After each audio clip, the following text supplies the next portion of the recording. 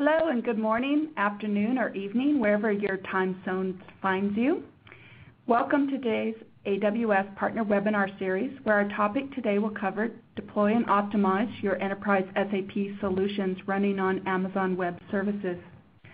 My name is Sherry Sullivan. I'm your host today. I'm with the AWS Partner Marketing team here in Seattle, and I have just a couple housekeeping items before we get started. I'd like to invite you to submit your questions anytime during today's webinar using the Q&A widget in your browser. We'll take some time at the close for questions as time allows. And I'd also like to remind you that we will make today's recording available, and we feature our content from our webinar series on our AWS SlideShare and YouTube channels. We're pleased today to be joined by Jason Hatch, who's a principal at Capgemini, one of our premier consulting partners. Jason will share an overview of Capgemini's enterprise SAP solutions and a customer use case showing you some examples of how to implement and deploy SAP on AWS. We're also joined by Bruce Burns, who is our own SAP Business Development Manager, who will provide you with an overview of SAP on AWS. So without further delay, I'd like to turn it over to you, Bruce, to take it away. Great. Thanks, Sherry. Yes, my name is Bruce Burns. I work with the SAP Global Alliance team here at AWS, and it's my pleasure to be able to provide an overview of AWS. Today we'll also talk about how SAP works on AWS. And I'm going to touch upon the SAP Test Drive program. It's a new program that we recently launched with Capgemini. And then after that brief introduction and overview, I'm going to be introducing Jason Hatch. He's a principal at Capgemini, and he's going to talk about Capgemini's complete solution for SAP on AWS, followed by some Q&A.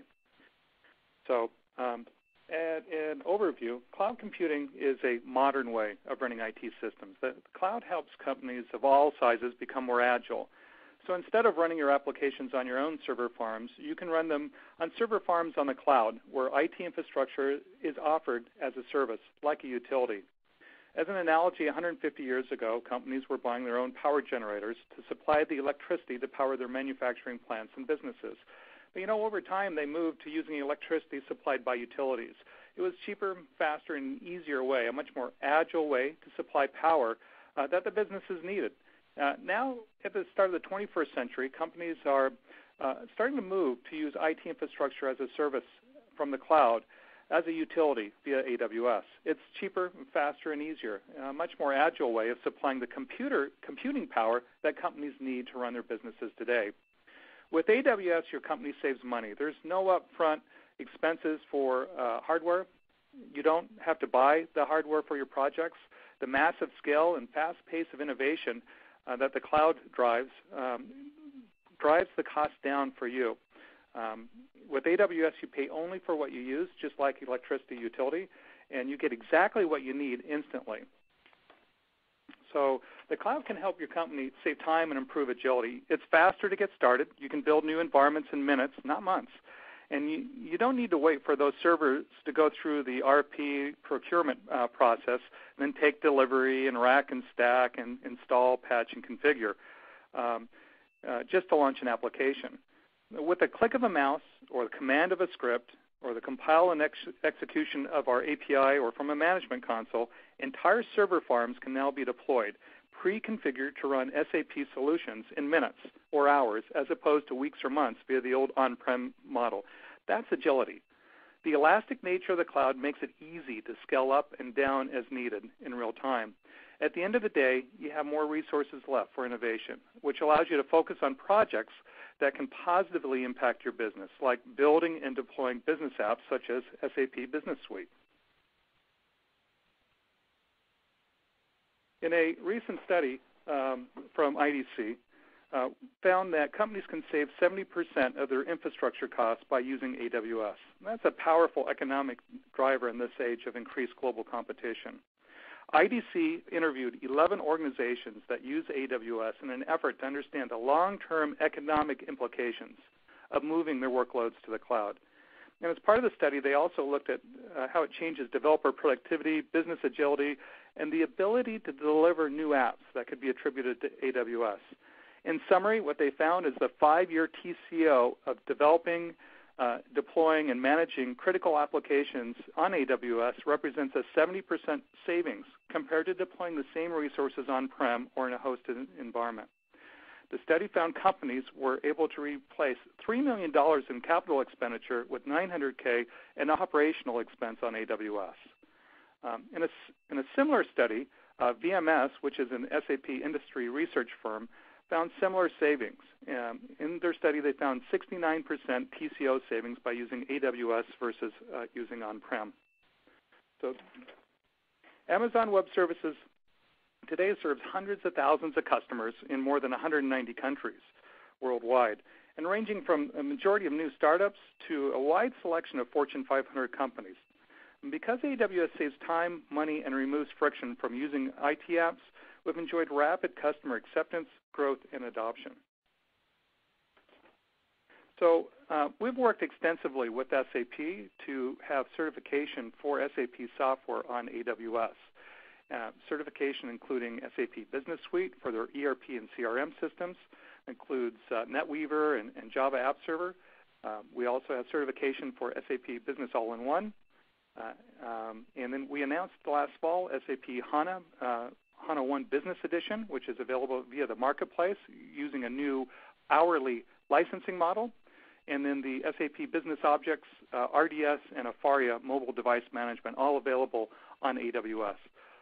Most of the software is available using the bring your own licensing model, and that means that you can move your existing licenses that you have today for running on-prem to run on AWS. Think of us as just another hardware platform. We've also done certification for the supported operating systems underneath SAP, including Red Hat, SUSE Linux, and Windows Server. And we have certified support for the database platforms running underneath that as well, SAP MaxDB, DB2, SQL Server, and Sybase ASC. So those are the databases that are certified so far on AWS for running these workloads.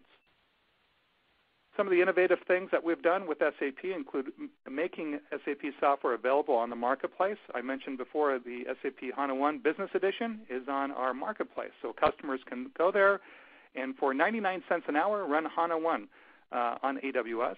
And that's for the software charge. The hardware charge is around $2.50 an hour for the server infrastructure, and maybe another $1 an hour for the storage part of that too.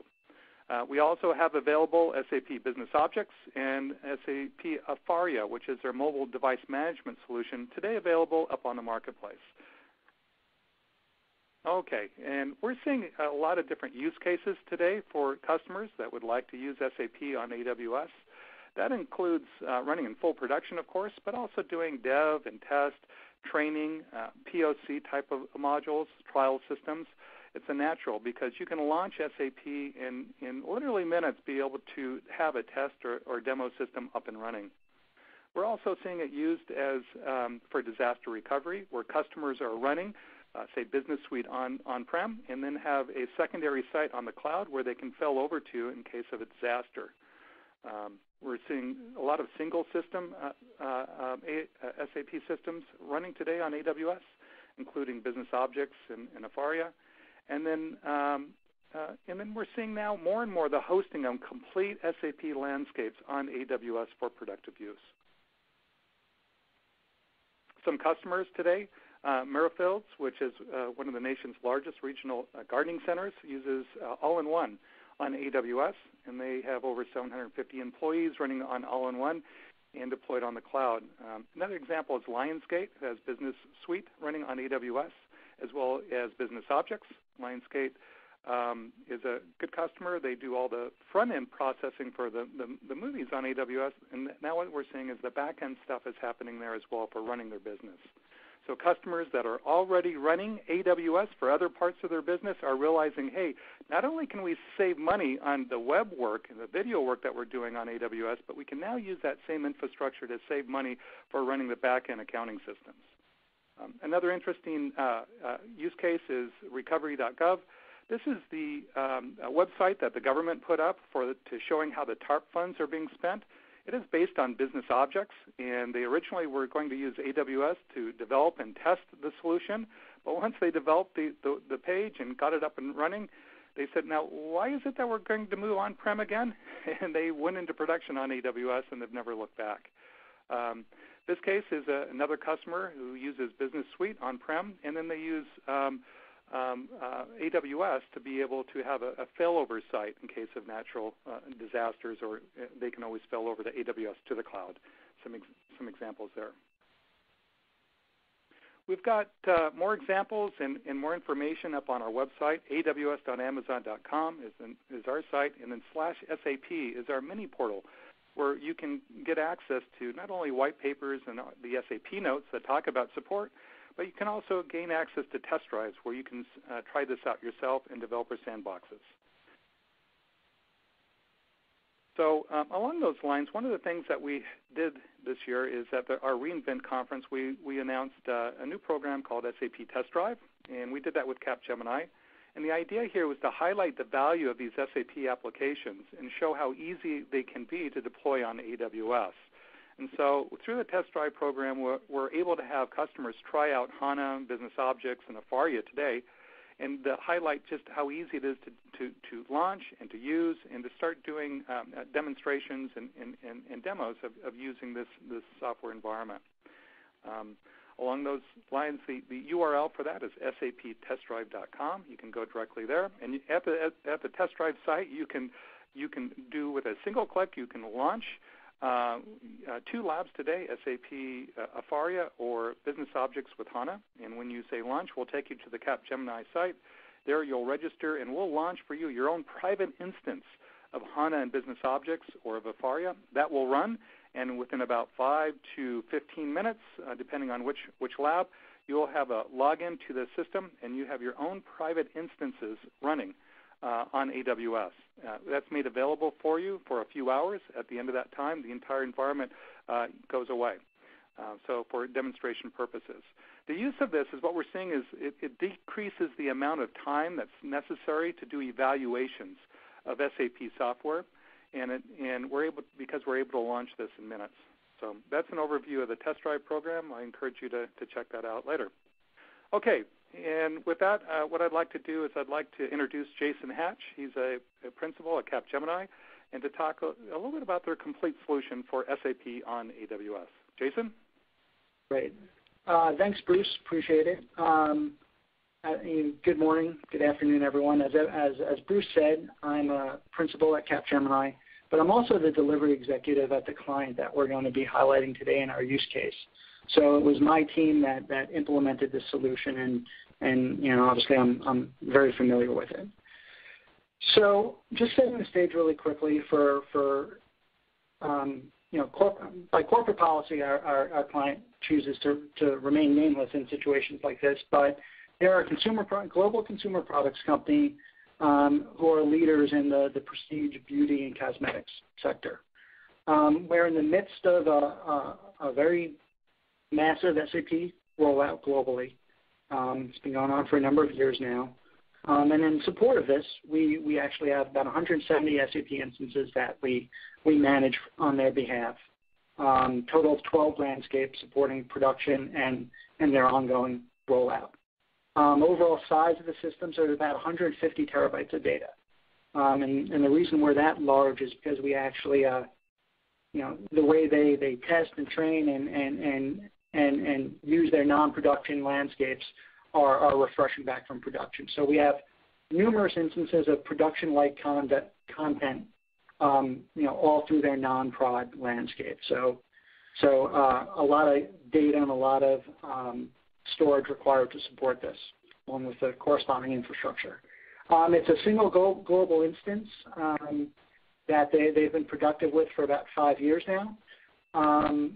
In addition to the ongoing SAP rollout globally, we're also doing a number of other projects and programs for them. So we've got a lot of parallel development going on between prod support break fix, ongoing enhancements, upgrades, and then the template rollout. So a lot going on.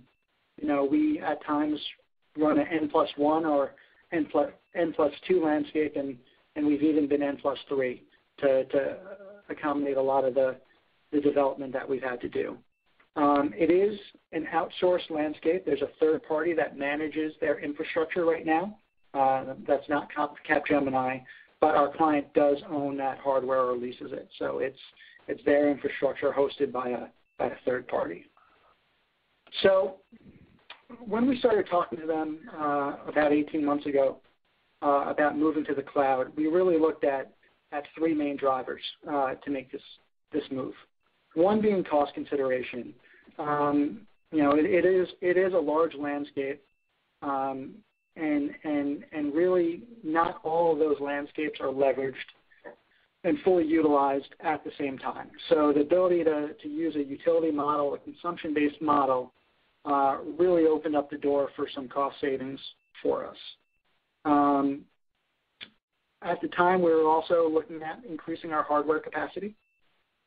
So we were able in our business case and our analysis to factor in the cost avoidance of that capital exposure, that CapEx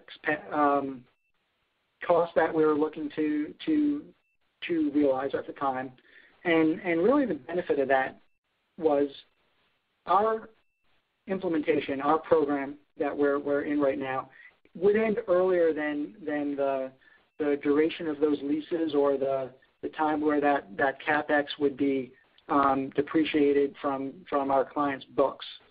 So switching over to really a consumption model really allowed us to match our operating costs for running the landscapes and the infrastructure to the timeline and requirements of the program. So we didn't find ourselves done with our program in 3 years with another year or two left on leases for hardware that we weren't going to be needing anymore. So it was a great opportunity to get into alignment with our program from a timing perspective. Capacity issues, as we said, we were looking to refresh hardware. We had outgrown the storage and server infrastructure that was supporting certain parts of our project. The data sets had grown larger than the infrastructure supporting them, and that was resulting in performance issues for our testers and the end users getting trained in the landscape. And really the way we were architected and organized just wasn't dynamic enough to support the capacity that we had. A great example of that would be we have a sandbox CRM instance that was idle, but users trying to be trained in ECC were facing memory and CPU bottlenecks. So we weren't able to maximize the capacity that we did have available to us. And then finally, really, our client asked us to find solutions to help support them at the speed of their business and the speed of the requirements that their business was asking them to do. They said to us, you've been here 6 years, you know us, you know how we operate. How can we get more agile and really demonstrate to us the speed to value that you're talking about and fulfilling these requests in days rather than weeks or in new hardware provisioning months that you need to do. So we did that. We came up with a solution to move to the cloud, and really, here's just a couple examples of what we were able to do to get that speed to value. In one situation, we had once we had moved back to the cloud, and we'll get to that in a minute, but we had a system, an SRM system, that they wanted to know if they needed to go to the latest enhancement pack to support their next release. But didn't want to commit to standing that up in one of their landscapes. So we were able to clone our SRM system out on AWS on the complete platform and install that enhancement pack and give them a couple days to evaluate it. They determined they didn't need the functionality, and we collapsed. We shut down that instance. So there was no commitment. There was no upfront cost or effort to do that analysis other than the 5 days or so of basis work that we needed to make that happen. But we were able to eliminate any unknowns going into Blueprint, save significant time on analysis and requirements around this because they were able to look at it, and then avoid any potential unneeded implementation and testing efforts if we had put that in unnecessarily. So great example of a low-risk, low-commitment approach to leveraging the power and the dynamic nature of the cloud. And then finally, strategically, our clients looking to move to a more as-a-service-based approach to their IT services. So really end-to-end services managed by a provider, so they get that single point of accountability, a relationship, and delivery. So what do we propose? We propose migrating to Capgemini's Complete platform, which is Capgemini's managed services platform for cloud solutions. It stands for Complete Orchestration Management Platform end-to-end. So really what we're talking about. And with Complete, Capgemini, we've created a service management layer sitting on top of Amazon Web Services, in this case, or other infrastructure. Amazon's absolutely our number one partner right now.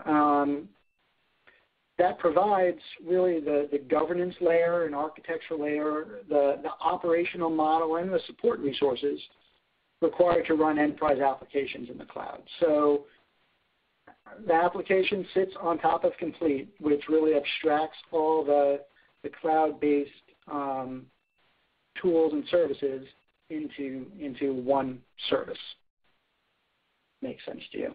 So it's aligned with the consumption model of Complete or of AWS, and is your platform for monitoring usage, storage, server provisioning that we provide to our clients.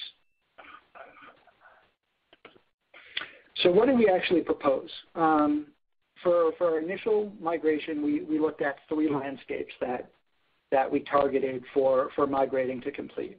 Prototyping, which is their sandbox landscape. Their training systems, they have one landscape dedicated to classroom-based training. So they go in and teach and instruct their users. And then what's really, I think, very innovative from their perspective is they have a training sandbox, which has all the same data and lessons that they're taught in the classroom, but it allows the users to go in freeform and learn and refresh and reinforce what they've learned within the classroom training. And all that's available to them at any time. So they're able to make sure their users are up to speed and refreshed if required from a knowledge standpoint. So it's about 33 SAP instances. Our on-premise solution runs on HPUX, Titanium platform. The database is Oracle 11g. And right now we're in the midst of our second refresh of our cloud solution. So that's up to 35 terabytes of data on the SAN that we're refreshing out there. So we focused on these 3 landscapes for a couple of reasons. One, because they all have predictable usage, but not constant. I mean, meaning our training systems are used very heavily, 24/7, in the months and weeks preceding a release and rollout.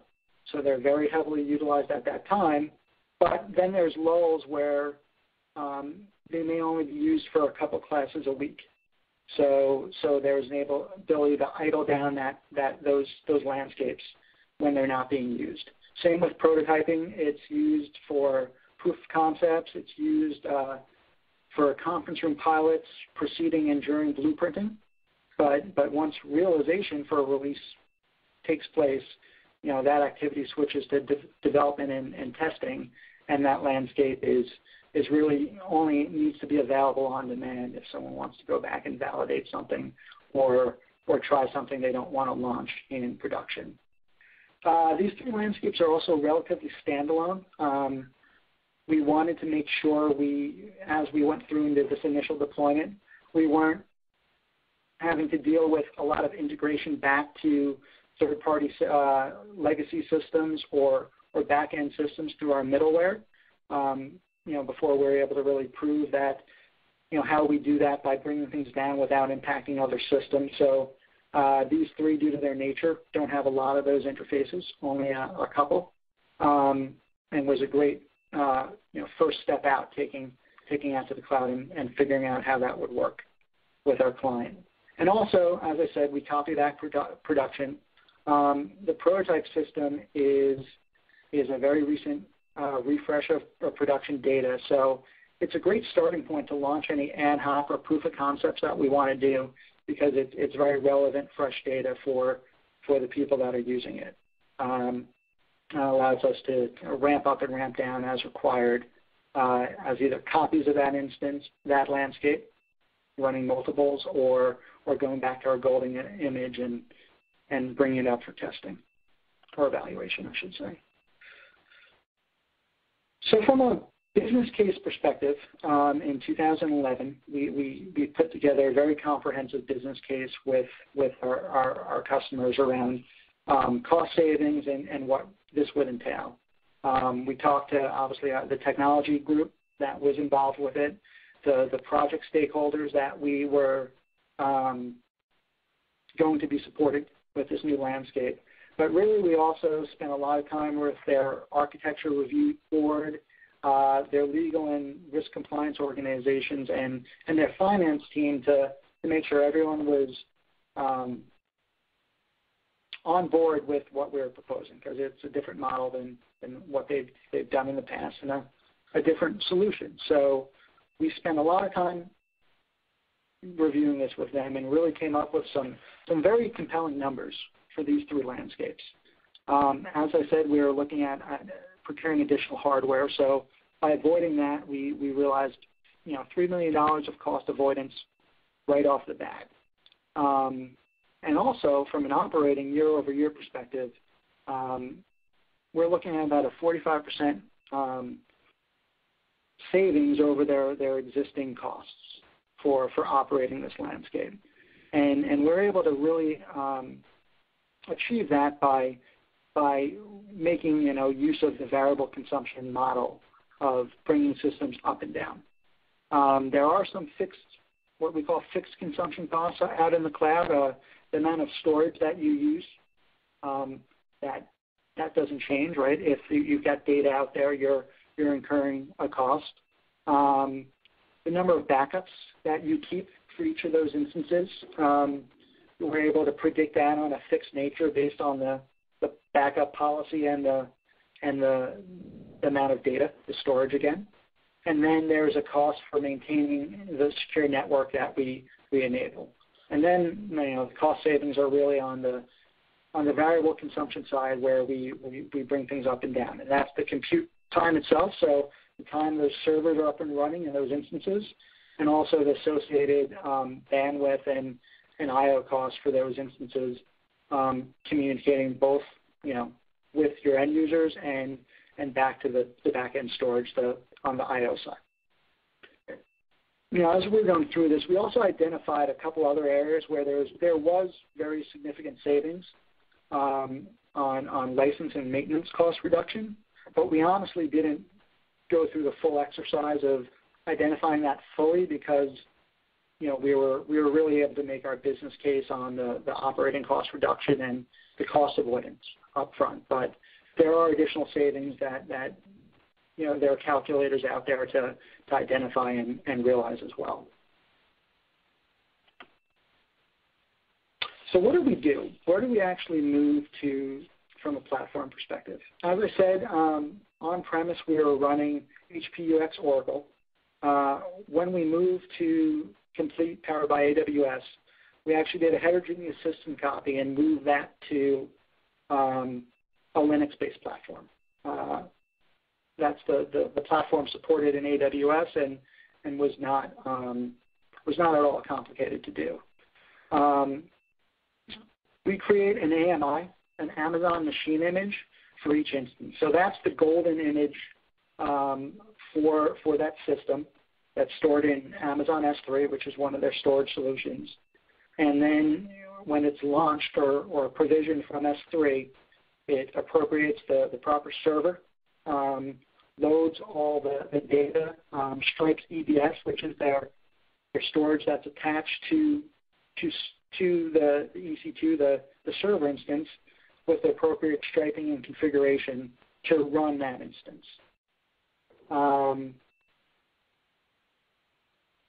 Quick note on that. So when we initially ran on-prem for these solutions, we did a lot of MCOD, which is multiple components in one database, and stacking of instances on single OSs.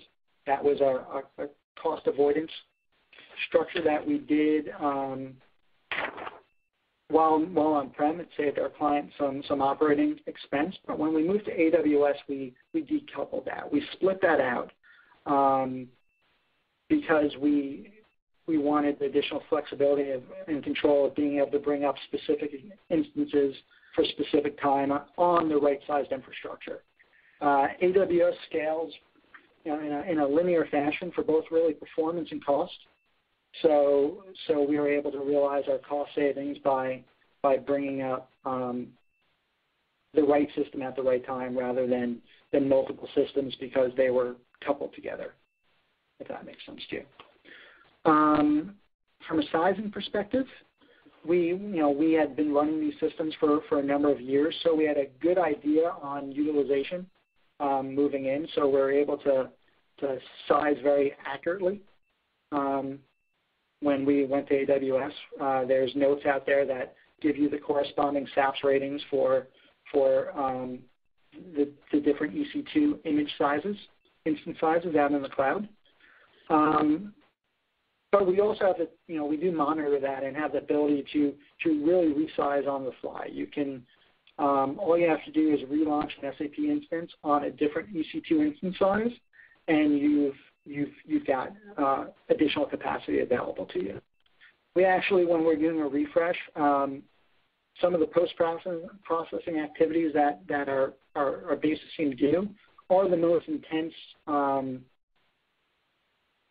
load that we generate on these systems. So we actually launch on a larger instance size while we're refreshing than we provision for the user community when they were running. From an accountability standpoint, we have our basis team supports all of our clients' SAP landscapes, so what's running in the cloud and what's running on-prem, and our complete operations team is accountable for all the OS, the SAN, and the network activity for the systems that are running out on complete.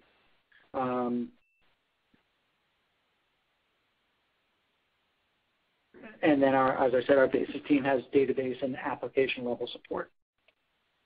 So networking out in the cloud is always a hot topic. We actually use AWS's VPC, their virtual private cloud functionality, to create an external private cloud. So within this VPC space, we use our clients' IP addresses and subnet. So we designate what's running out there from a networking perspective and have secure connectivity back from AWS to our client's network.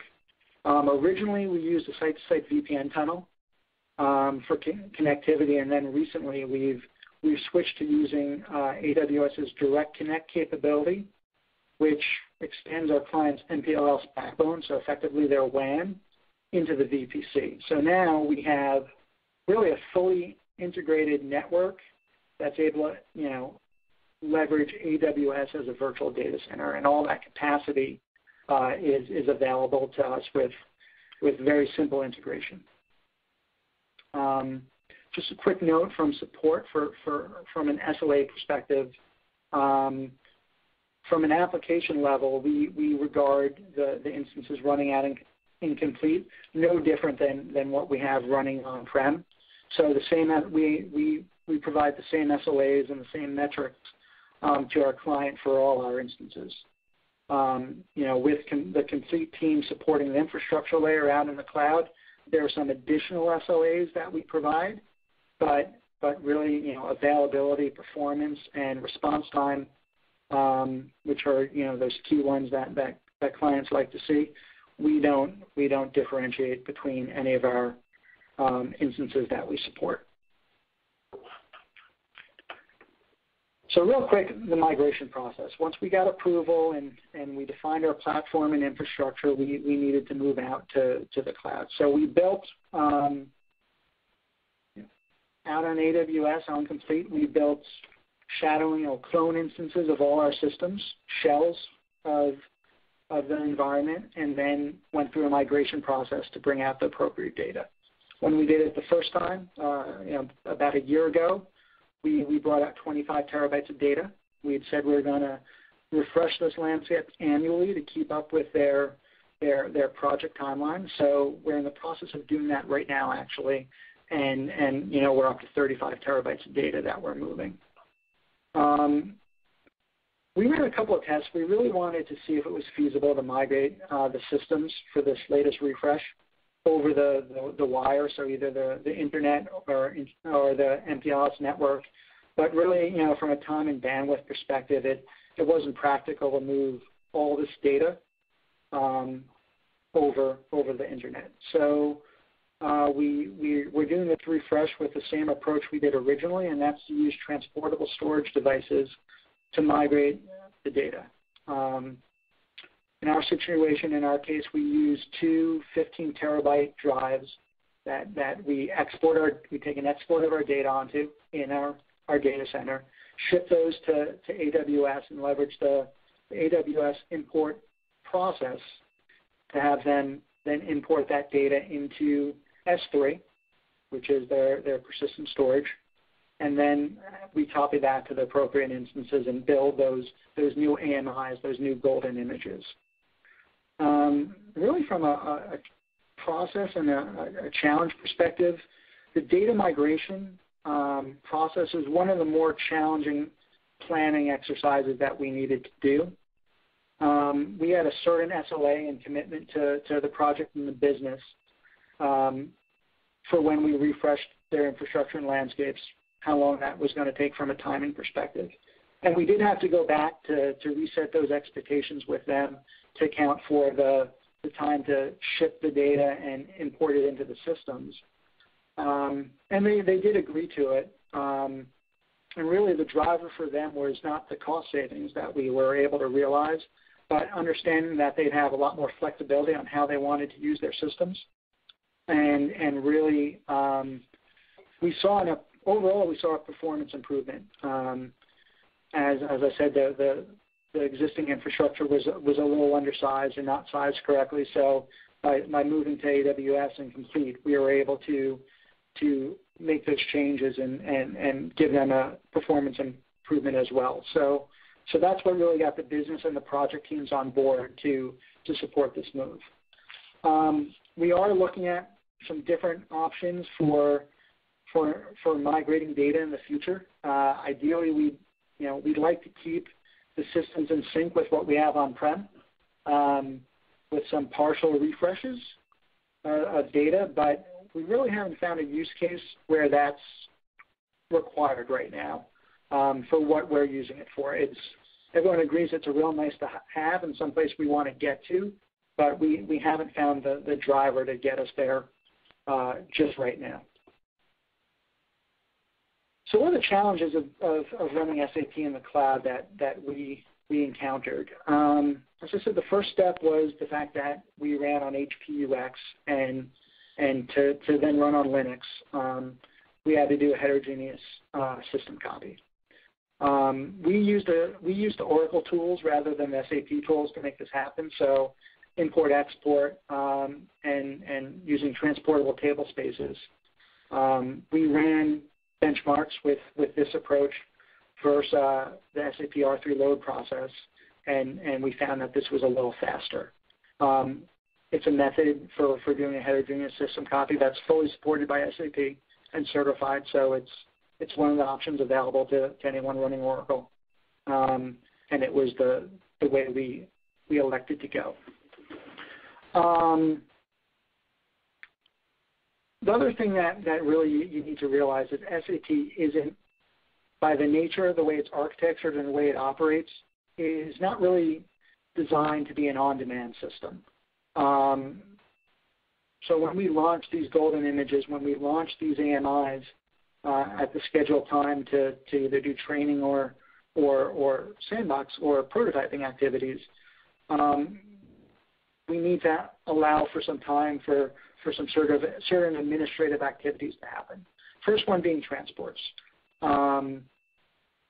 Depending on the amount of change in your landscape, your transport buffers will continue to grow and grow until they're imported into a system.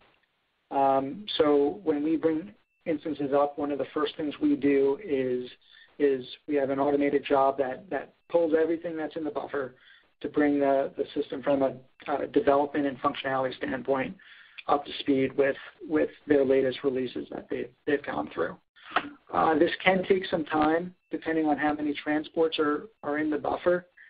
What we found is that we bring systems up regardless if they're being requested up or not. We bring them up every 2 weeks or so for some maintenance, and a lot of that is to just bring in whatever changes are sitting out there for them to be imported into the system so those queues aren't so long to get processed. The other thing is SAP, from a performance standpoint, does a lot of caching both of programs and data in memory buffers. When you first launch those systems, those buffers are empty, and SAP needs time as you use the system to populate them. So what we did, we set an expectation with our training teams on this for them to go in and run through whatever they're going to test and run prior to their classes, so their users didn't experience any sort of training activity. And then finally, there are a lot of scheduled maintenance jobs that SAP you run to make sure your SAP system is running optimally, and we have those scheduled as part of our startup routine. So, for our BI system, there are certain indexes we want to refresh. In ECC, there are certain tables that we want to run DB stats on just to make sure that's all current, and when the users get in there, their experience is as optimal as possible. And that a lot of that was setting expectations with them that initially you may experience this, but communicating to them this is why that's happening. Not an overall performance issue. It's just this is the amount of time it takes to get up to speed. And then another thing is the cloud and the different EC2 instances available to you to relaunch and expand and use dynamic capacity are available as part of the cloud, part of AWS. But SAP doesn't really run that way. A lot of the tuning parameters that you want to take advantage of in that case are not dynamic, they're static. So what we've done is actually develop a couple of different versions of our profiles for our SAP instances, and depending on what size EC2 instance we're launching on, we apply a different profile. So this allows us to adjust the memory available to the database, the number of work processes that we have available to the users. We do that on relaunch and launch of our systems. We're looking at a way to script that and make that a little more dynamic, but right now that's one of the things that if we want to change that, we would require restarting SAP. But planning ahead, that hasn't proved to be an issue, but it's something that we've been working on, and we want to make that a little more seamless and a little more easy for us to manage and administer. So what are the key lessons? The first one here on this list is really what I want to talk about today, and that's the mind shift change that you have to go through and the adjustments to your operational model. If you ask someone when you need your systems available to you, their first response is going to be, I always want my systems available. And that's, in many cases, just not accurate. People are not in non-production systems 24/7, 365 days a year. There may be times when they're very heavily used, but there are always times when they're very idle. And understanding that requires a lot of dialogue between your system team and the user community to get agreement on really what that looks like. That data is available to you in SAP from a usage perspective, so So there is some research and some benchmarking that you can do, but it's really coming up with an agreement on scheduling and how you want to make your systems available to your end users that you need to discuss. The other thing from a mindset change is when you take capacity limitations, so how much hardware or storage or memory you have available to you, you really start having some interesting conversations around how you use your infrastructure and viewing your infrastructure not in terms of capacity, but in terms of cost and effort to manage it. I mean, one example of this is we're doing some analysis right now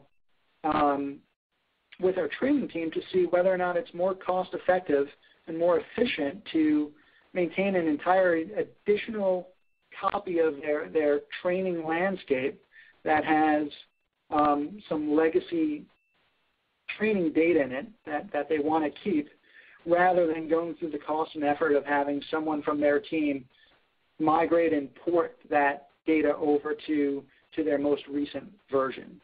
So we're actually having a conversation where we can compare the infrastructure costs of maintaining that and keeping it stored in an idle, almost archival scenario versus the resource and the labor costs and the opportunity costs of using a resource. And that's something that you weren't able to do in the past. You weren't able to get to.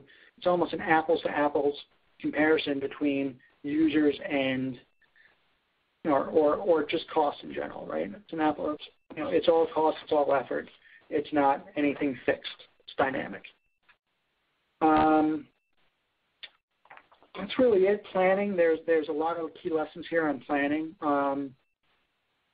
Your migration process, you need time and to optimize that. That's something that we want to look. You want to make sure you look at network and security. You want to make sure you have that done up front and clearly defined, so you don't get into any challenges later on.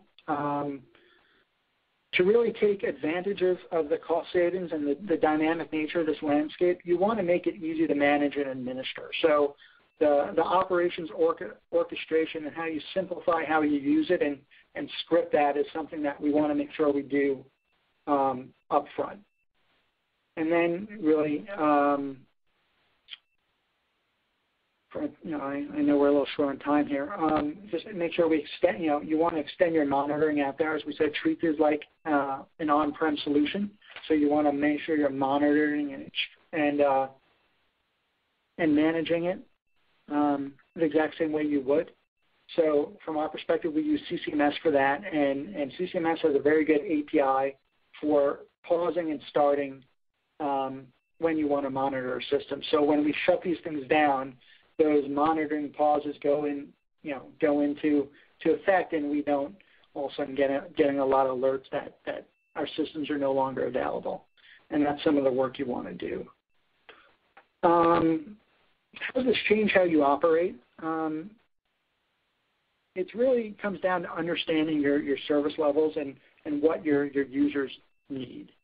So having conversations and understanding what metrics are important to your user community is a conversation that you have to have.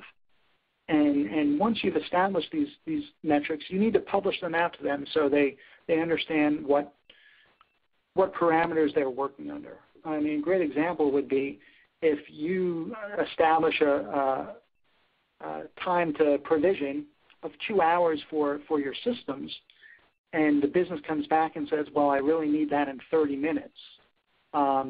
That's something that's a conversation you need to have up front so you understand what it is.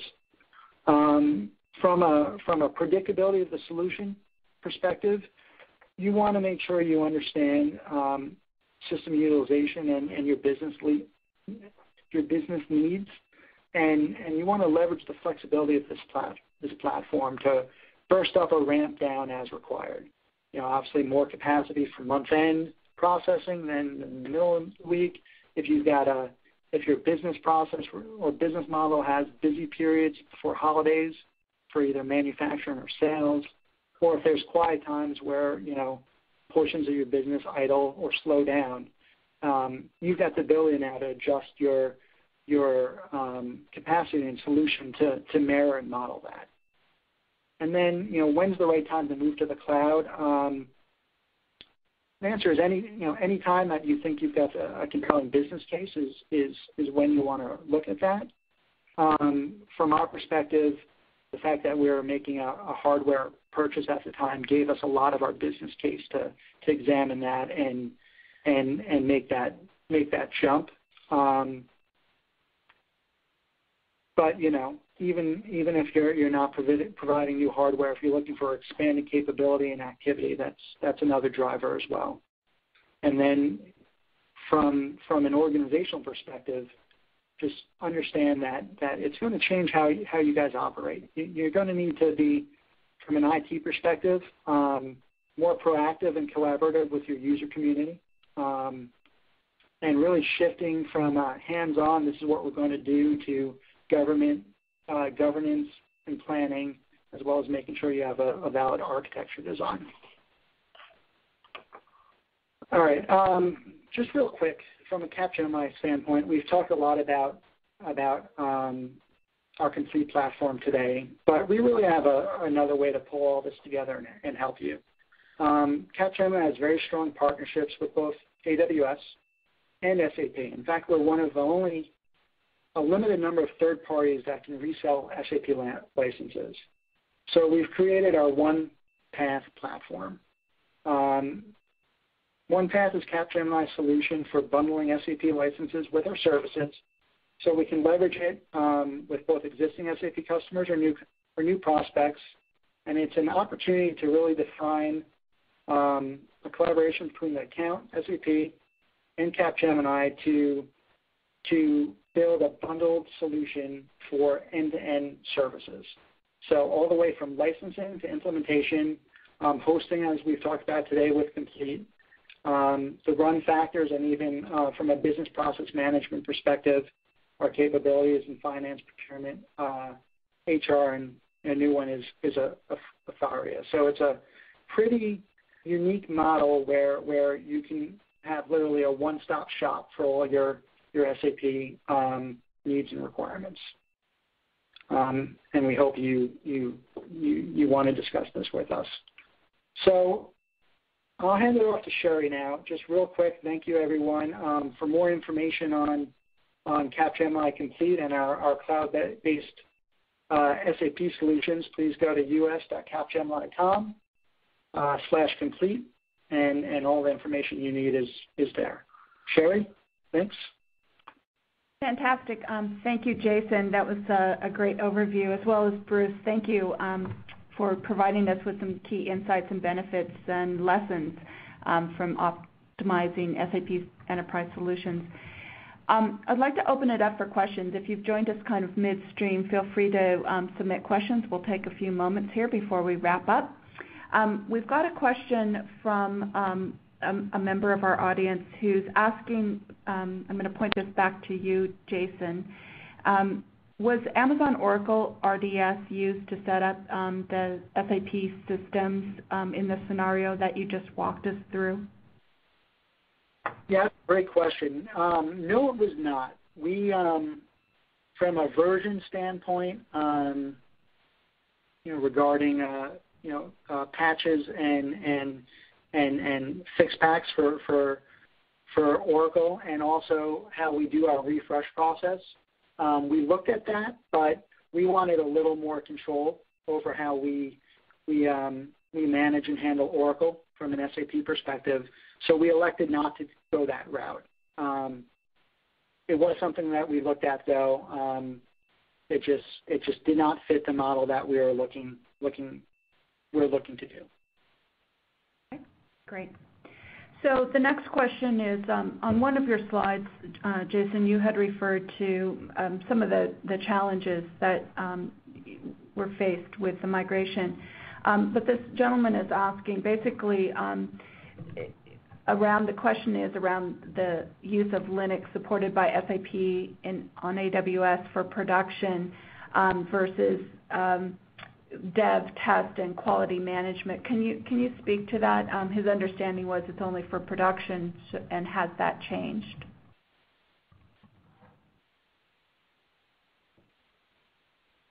I'll point that to you, Bruce or Jason.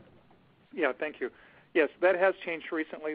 We announced this fall that Business Suite is available for productive use on AWS. We've done the full testing and certification with SAP such that Business Suite is fully certified for productive use on AWS. Thank you, Bruce.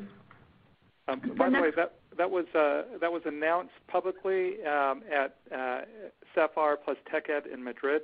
Vishal announced it in his keynote, and there was a press release as well. Great, thank you. So the next question is, I'm going to point this back to you, Jason, specific to the scenario you just ran us through, but what tools do you use to orchestrate the scripting, the start, the stop, the backups, etc.? We use a combination of some custom scripts that we've developed in-house.